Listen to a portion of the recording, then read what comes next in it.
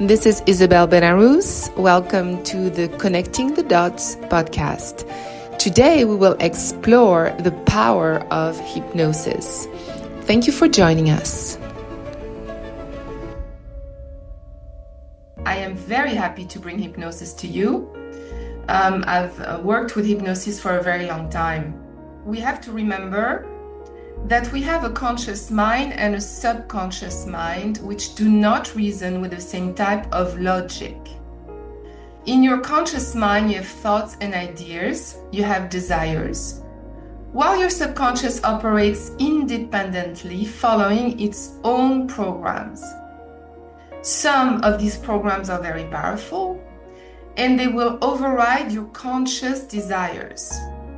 So we all have heard about the law of attraction. It's a wonderful law, but it is just one law that concerns the subconscious, the brain, the universe, how we can attract things. And it's not enough very often, and you already know that.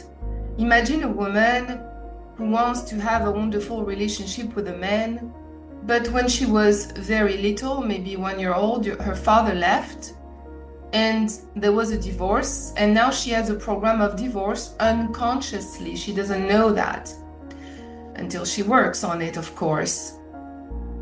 If she wants to attract the ideal partner, if she wants a loving relationship, a marriage, that's what she wants consciously. She does everything right in her thinking. That does not mean that she will be able to attract it. Why is that? It's because the subconscious program is way stronger than her conscious desire. And so today with hypnosis, we're going to reach the subconscious and we're going to learn the language that works for the subconscious to be able to attract what we want, transform, and delete some programs that are no longer necessary for us because they actually do not belong to us.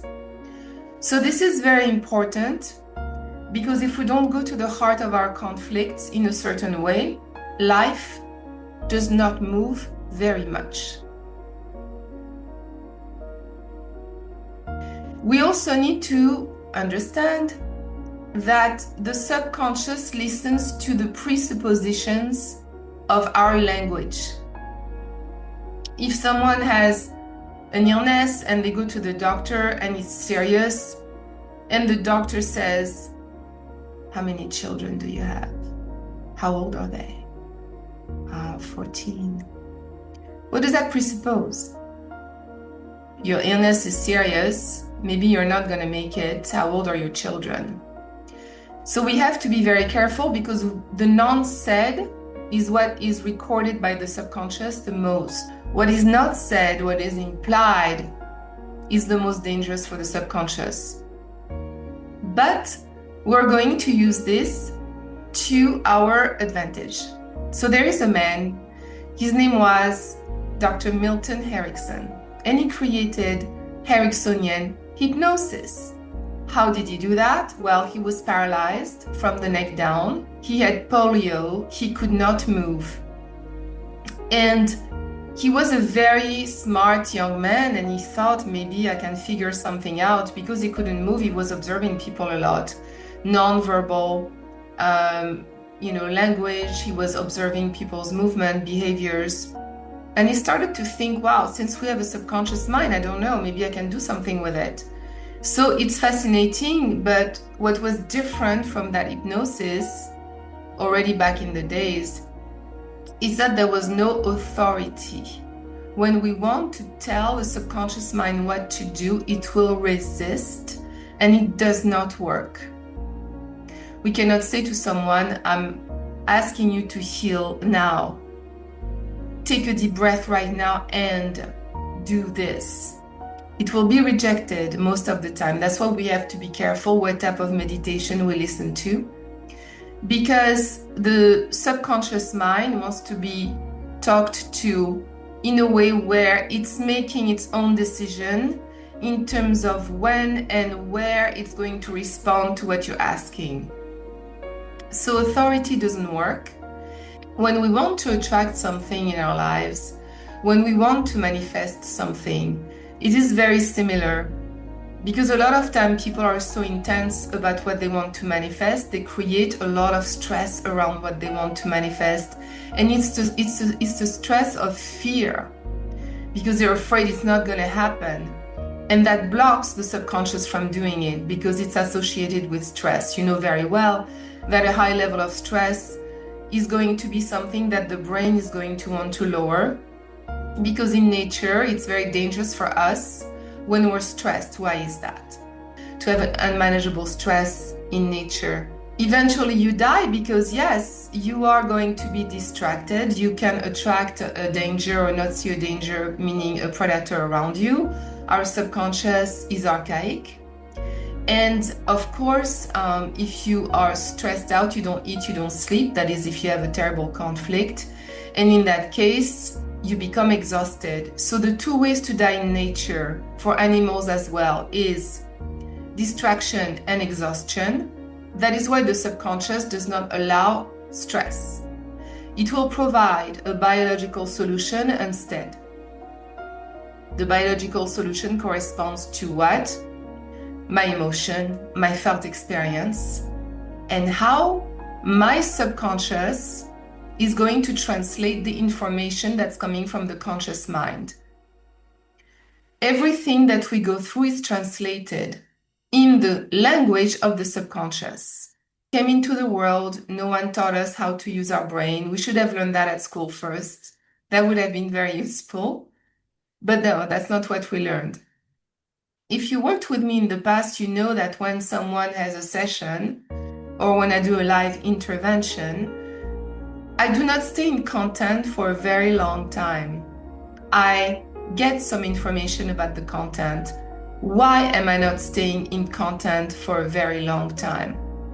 It's because the translation of the subconscious mind is not going to be about content. The content is a very small importance. For example, now your subconscious doesn't know where you are, it doesn't know what you're doing, what you're studying. But if a woman tells me that she has multiple sclerosis, and if I found out that right before triggering her first symptom, maybe 3 months prior, she lost $2 million in the stock market in front of her eyes. If she wants to tell me that day it was a horrible day and then I went home, I took the subway, I was in New York and I didn't know how to tell my husband, does that matter? What matters right now is I figured out why. What? It was a fall. Symbolically, going from $2 million to zero within a few seconds, and she saw that equals I fell. What is the solution to not falling? Paralysis. If I'm paralyzed, I'm not moving. If I'm not moving, I don't have a chance to fall. And so she triggered MS in a state of devaluation where a fall equals death for her symbolically. So once I gather that information, I need to ask specific questions. That's how I stop people from talking, because I know exactly where I need to go to fix the problem and start working with the person. So we are going to study how the subconscious transforms what we experience into metaphors. The moment of stress is written as an imprint in the subconscious mind. What is remembered is my felt experience and the meaning I gave to that experience. In that case, it meant I fell for that woman. And it's death for me. It's the end of the world for me. A dangerous fall, for example. I'd like to remind you that the role of the autonomic brain, the subconscious mind, so I call it autonomic brain, subconscious mind, is to keep us alive every moment. Moment to moment, it's calculating time and space. If there is a danger, it will avoid it for you. Stress needs to be reduced so we can survive. So your subconscious is only in the present time. It doesn't travel in the past or in the future. Everything that happened to you 20 years ago is as if it's now, but it's been pushed away It's being stored in your subconscious, and it can be reactivated with one trigger. If you had a car accident and something reminds you of the car accident, the feeling can be re-triggered, for example. So moment by moment, our brain evaluates situations and finds ways to ensure survival. We're programmed, and it is our duty to reprogram limiting beliefs. Our conscious mind is connected to our ego. We are attached to certain territories. We protect them and fight for them. What are our territories? Well, everything we think is ours. My job, my car, my house, my wife, my husband, my girlfriend, my boyfriend, my father. It goes on and on. So we fight for our territory and we create illnesses. In terms of that, it can also be intellectual territory, fighting for an idea, which can lead to a stroke if ever be conflict connected to that. Our power lies in our subconscious. We can learn how to communicate with it, and we can transform or delete limiting imprints with hypnosis. So the story of Milton, it's actually at the age of 17 years old. He was struck by severe polio, left him completely paralyzed, and the doctors believed he would not survive. But he found a tool for his recovery: observing human behavior. He couldn't move, he couldn't speak. He began studying people's nonverbal communication, their tone of voice, body language, subtle shifts in behavior. And this observation later became the foundation of his hypnotic techniques.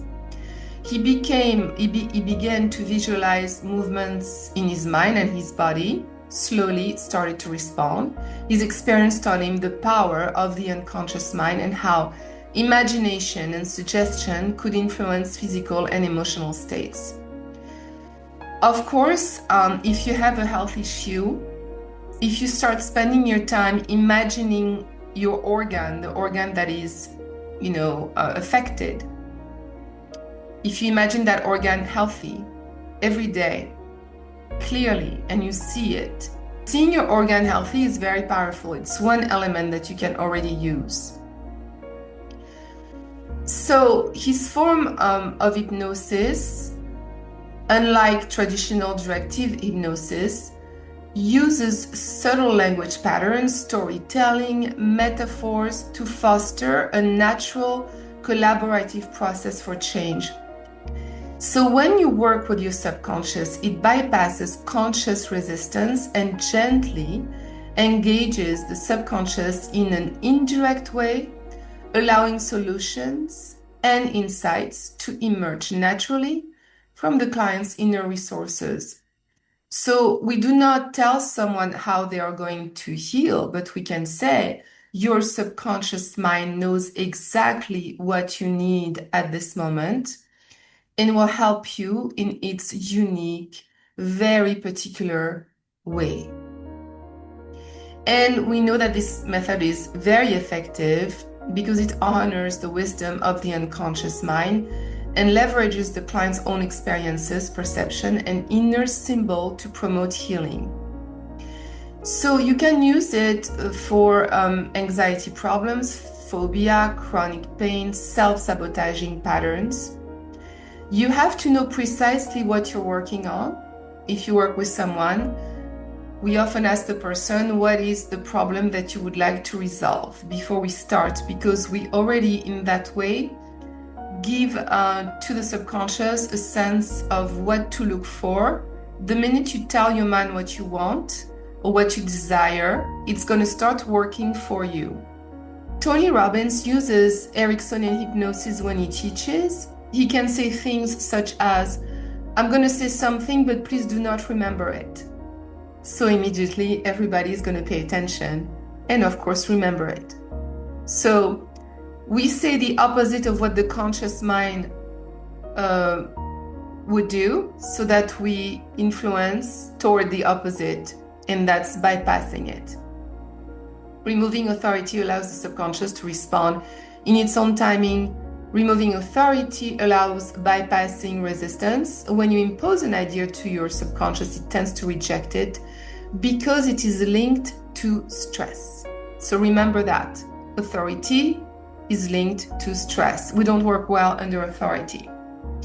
Now, let's spend a moment looking at the hierarchical levels of consciousness, because we have several levels and sometimes we're not aware of those levels.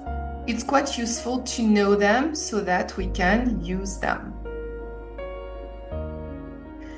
So the first thing to know is, why would the subconscious transform everything into a metaphor? Well, if I show you the American flag, the entire American history is in your mind. You see all the states, you know what it means. You see maybe the Liberty Statue, all of that in one instant. I just showed you a flag. If I tell you, oh, my neighbor looks like a toothpick, you'll go, wow, the neighbor is really skinny, and you create instantly a picture of the neighbor being skinny. It's because the subconscious likes metaphors. It's a maximum of information on a minimum of data. A maximum of information on a minimum of data. Why is this useful? Because in nature, the subconscious does not have time for content. It only uses instinct. And so to use the instinct, it needs some information, but it needs to be quick. So if a woman finds out her husband had an affair and she's in a high level of stress, it means there's a predator attacking me.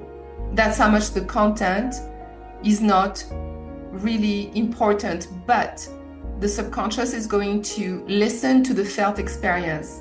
She's going to feel, oh my God, I feel it's disgusting what he did to me, which relates to the colon. And this has been going on for a long time, so it's old dirt, which is the colon. And it's going to record as well all the emotions connected to that event: betrayal, disgust. And so she could create a colon cancer if she doesn't find a solution in her mind fast enough to let go and not care about it. She could say instead, wow, I'm glad I found out. I don't want to stay with someone like that. I'm leaving. I'll find someone good. She won't get sick if she does that.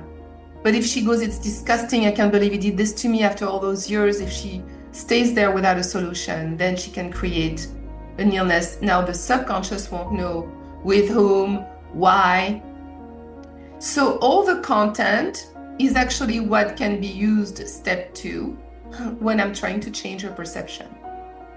Then I'm going to need some information to understand the story from both sides, the husband and her, and help her change her perception. When the perception is changed, there is an aha moment, which informs the subconscious that the conflict no longer exists. And that's how people can reverse illness and heal. So the subconscious likes metaphors, a maximum of information on a minimum of data. And we have several levels that we can travel in our wonderful mind. The top one is the superconscious. It's my favorite one. I'll talk about it. We have the I conscious, we have consciousness, subconscious, and unconscious. We're going to see each of them. What is the superconsciousness?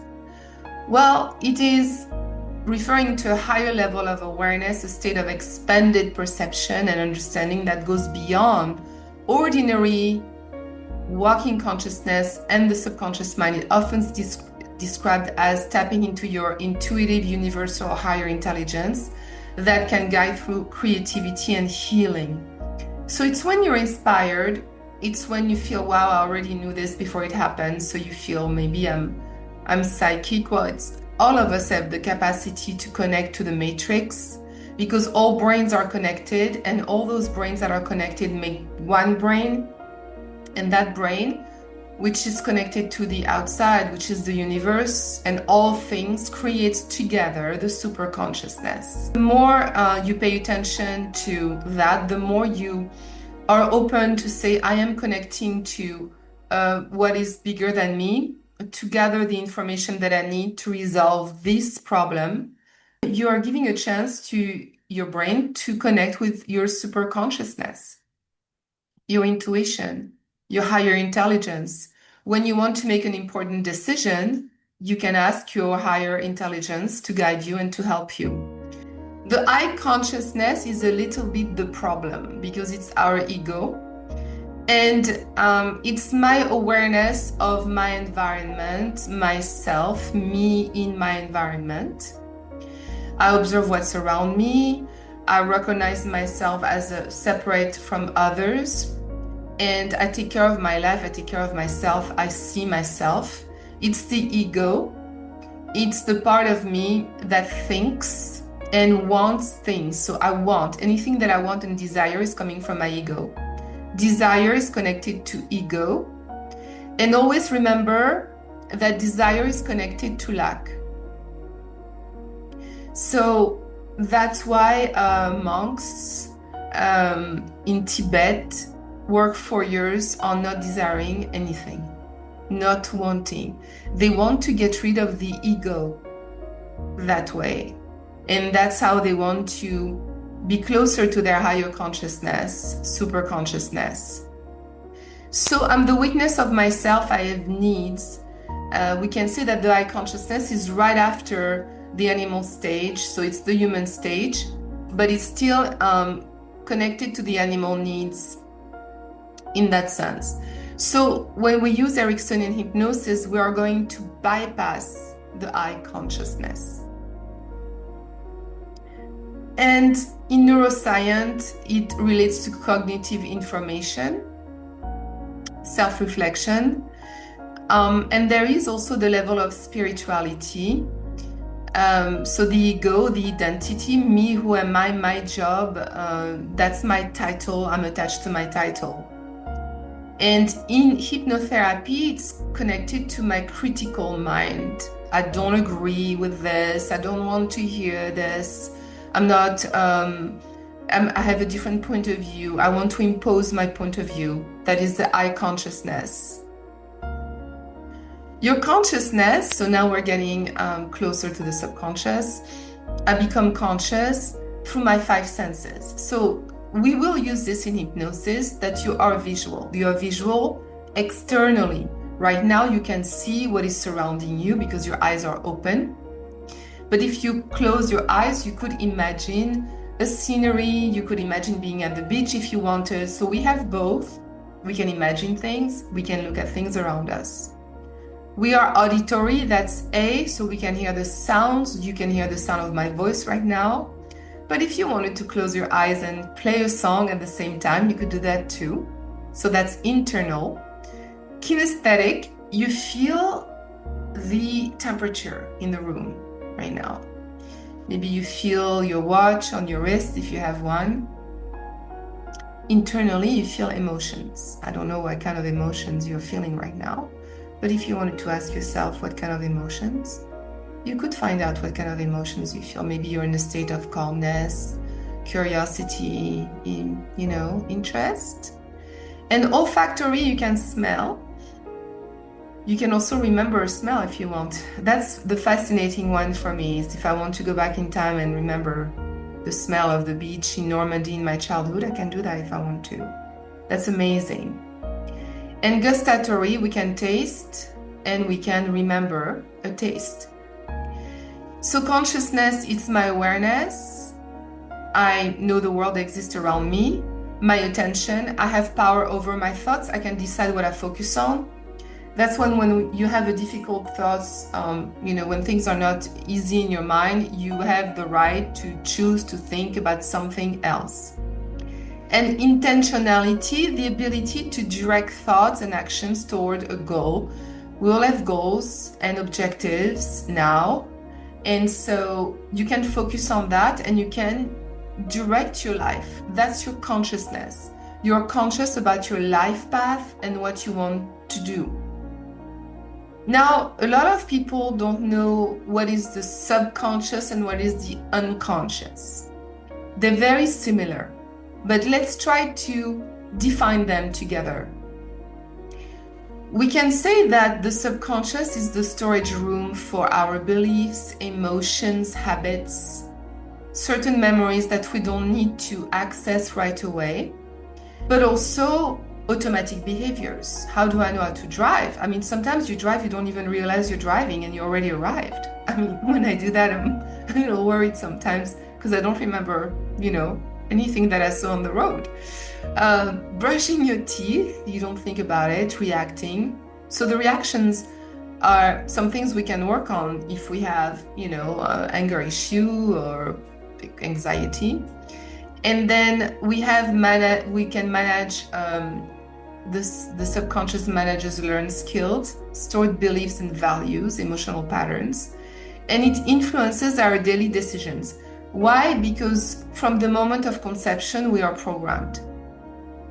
And we make daily decisions based on those programs. We have a belief system based on years and years of programming, and it's all in the subconscious mind. So we don't know why we make decisions and choose things, but it's coming from the unconscious. It is also,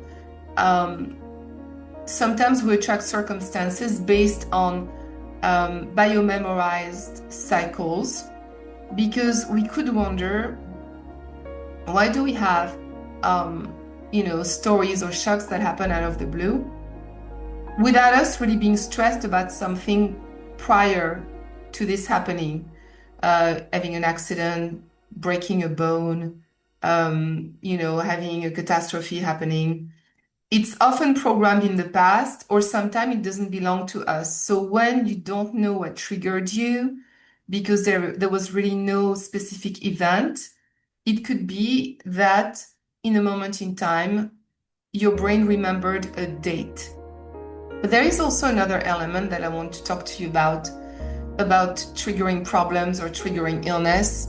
And this is a story connected to the work of Dr. Hammer. One day, a woman came to him and she had breast cancer. And it was right after she found out her husband was having an affair. She came home, they were both in bed, and he was in bed with a woman with red hair who smelled a very specific perfume. What happens when we go through a traumatic event? The brain records absolutely everything, especially what's out of the ordinary. What do I see that's out of the ordinary?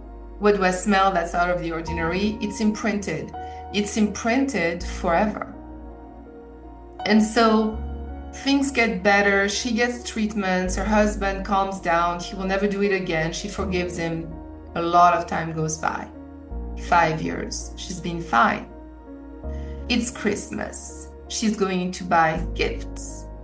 And she enters a perfume store to get a perfume for her husband. Right in front of her is a woman with red hair, with the same perfume of the woman that was in bed with her husband. A month later, she re-triggered her breast cancer. So your subconscious mind works this way. 1 or 2 triggers can bring back an entire experience. We call that the iceberg. It's the part that's hidden, the 95%. And the entire story came up to the surface. She triggered the illness again. Dr. Hammer figured it out. And he called it the tracks. So when we're on certain tracks and we've had an event that was traumatic, it's important to get rid of it so that we do not re-trigger it again in our lives. So this is how sometimes we can trigger an illness or reaction. It's the same principle as the allergy when we are in contact with the allergen, which is the substance that is out of the ordinary in the environment that accompanied the shock. An emotion, a strong emotion, will awaken an old program. That's how someone can get sick again. You have your conscious mind and you think, and from your conscious mind you have access to your memory. So the moment something happens in the environment, you're going to compare with what you already know And the first thing your brain is doing is to see if you have a solution for that problem. You compare to what you already know. And then you have the reactive brain, which is the subconscious brain, who has stored programs and solutions that are archaic. So imagine a man gets fired. He's been working for the same company for 35 years. He's never been fired before. When he goes to the memory instantly to see what is the solution to be fired, does he have the solution? No, he doesn't have the solution. So based on not having a solution for that problem, his level of stress is going to rise to a level that is unmanageable. Plus, he received a text, we are letting you go, on a text. He thought they were my family. They didn't talk to me. I can swallow this. I can swallow this. They didn't talk to me. They could have talked to me. Now they took my badge away. I cannot even go back to say goodbye to my colleagues. I can't swallow this. I can't swallow this, but I don't have a solution in my memory bank. How is he going to lower the stress? He can't lower the stress with the analytical brain. You see the analytical brain? There's no solution in the analytical brain. So what's going to happen? He's going to be helped by the reactive brain, which is the subconscious mind, who has all the programs of survival of the species. But what is the metaphor? The metaphor is, I can't swallow this, because remember, the maximum of information on the minimum of data. I can swallow. What is the only place where that can be handled? The throat. Why? Because a tumor in the throat creates mucus, and mucus can slide down the morsel. So he could trigger throat cancer because he was not told and he could not communicate, and he can swallow it. It's here.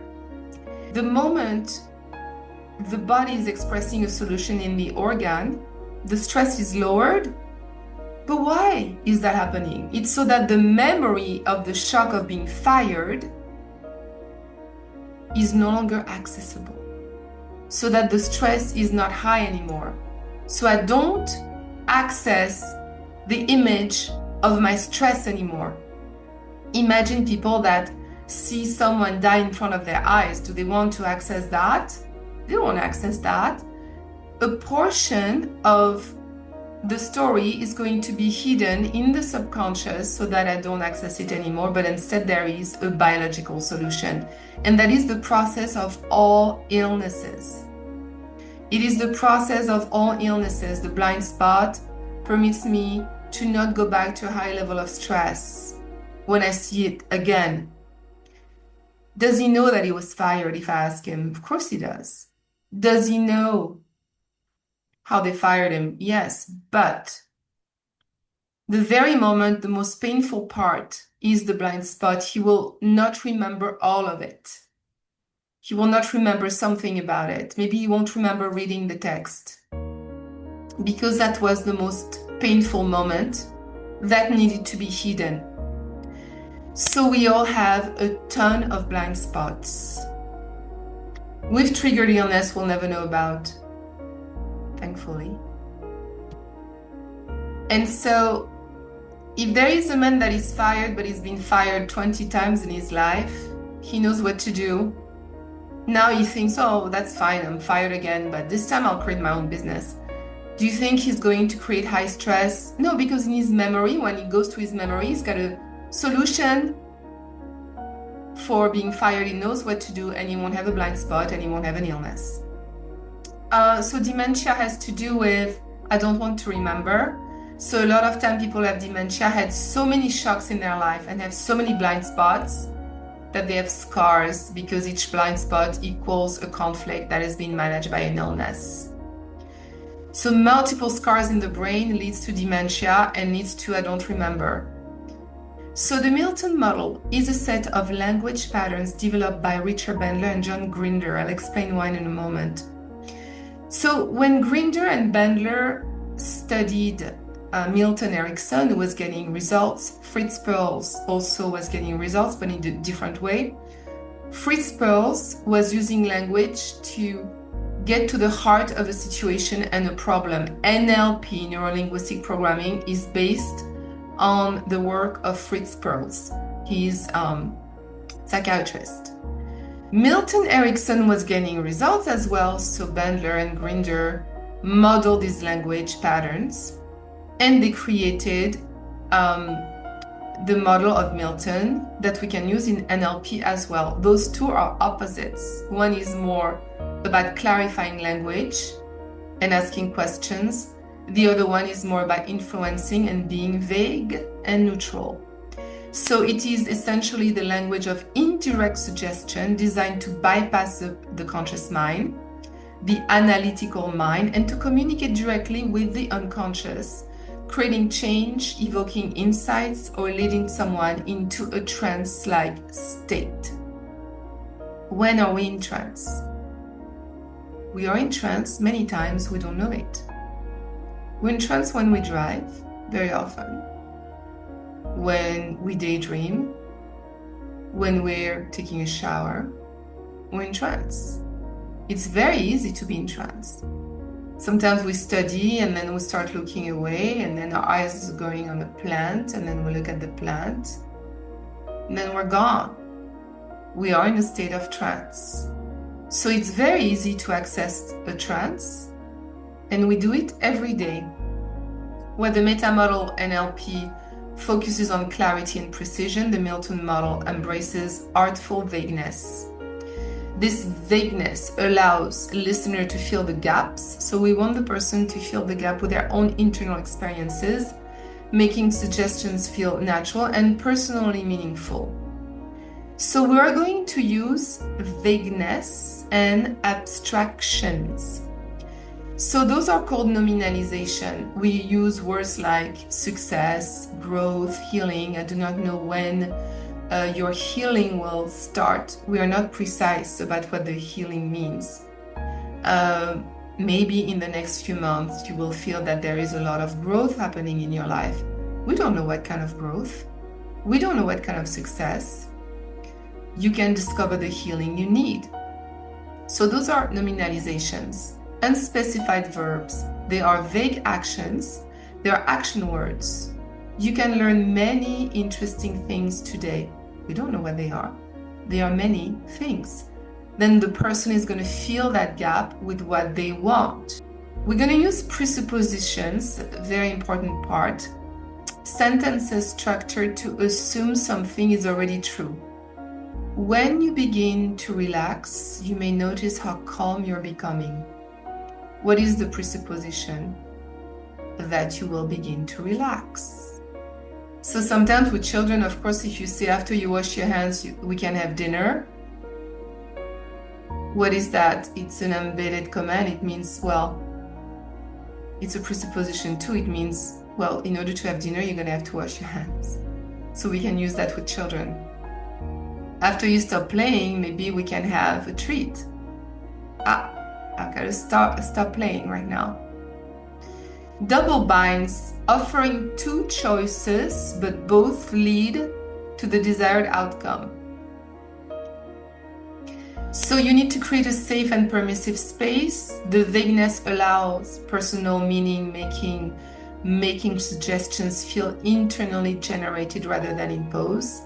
And it bypasses the critical filters, making it easier for the unconscious mind to accept positive changes. So that is the first thing that we do with people with PTSD when they have memories coming back to the surface. Instantly, we ask them to look at the scene on a screen to detach them from the experience so they don't relive it.